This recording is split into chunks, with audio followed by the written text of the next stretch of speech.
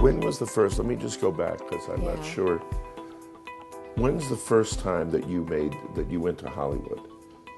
I was 17. You were 17. I was 17 years old under contract to MGM Studios. Right. Which was the studio of the dreams of any young person who sang and danced, because it was the musical studio. MGM had Gene Kelly, Ann Miller, Judy Garland, Astaire, all of those people. And Elizabeth Taylor.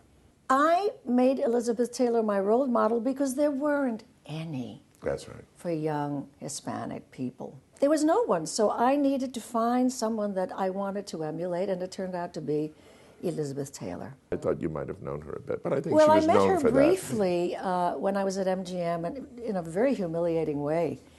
I had dated Nikki Hilton, her ex-husband at that point. I was in a screening room at MGM. She was there, and I had never been introduced to her, and I still wasn't. She said, "You're Rita Moreno, aren't you?" And I said, "Yes." And she said, "I understand you dated my ex-husband."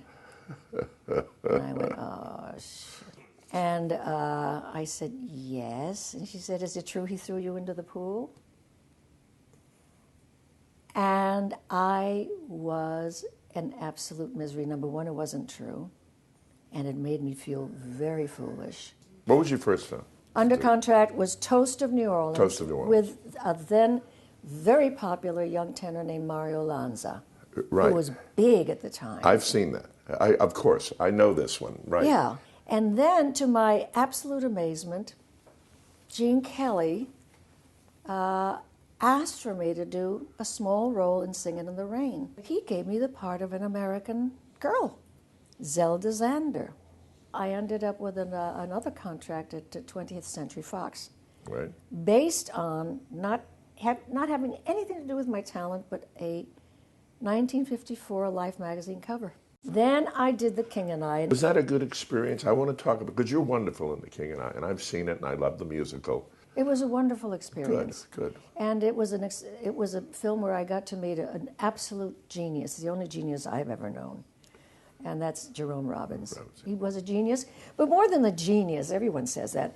What was genius about him is that he brought out in you a creative streak that you didn't know existed in you, that goes beyond what you thought you were as a creative person.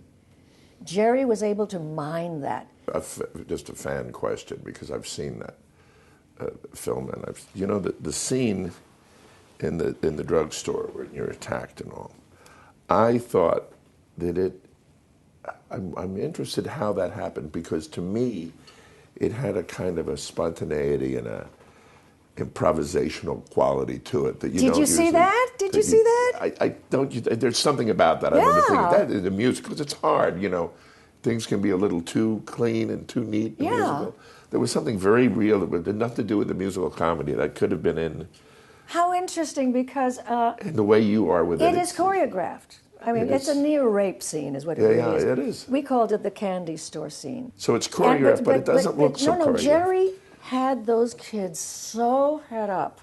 Yeah. He had them so primed that when they got to me, it became personal.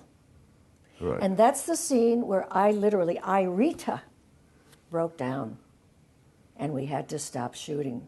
Well, it's a great scene. And part of the power, as you know, is when you pull yourself together. Don't you touch me. Yeah. It's great. It's great. But you know where I got that reading? Don't tell me. It's so interesting. I said to myself, how would Marlon say this? I wondered if you were going to say. I knew you're a great storyteller. I know from other times. Then in that case, we have to have dinner. Great. Bring your wife. Great. I'd love that. Just wonderful. Thank you so much, You're Rita. welcome. I'm delighted.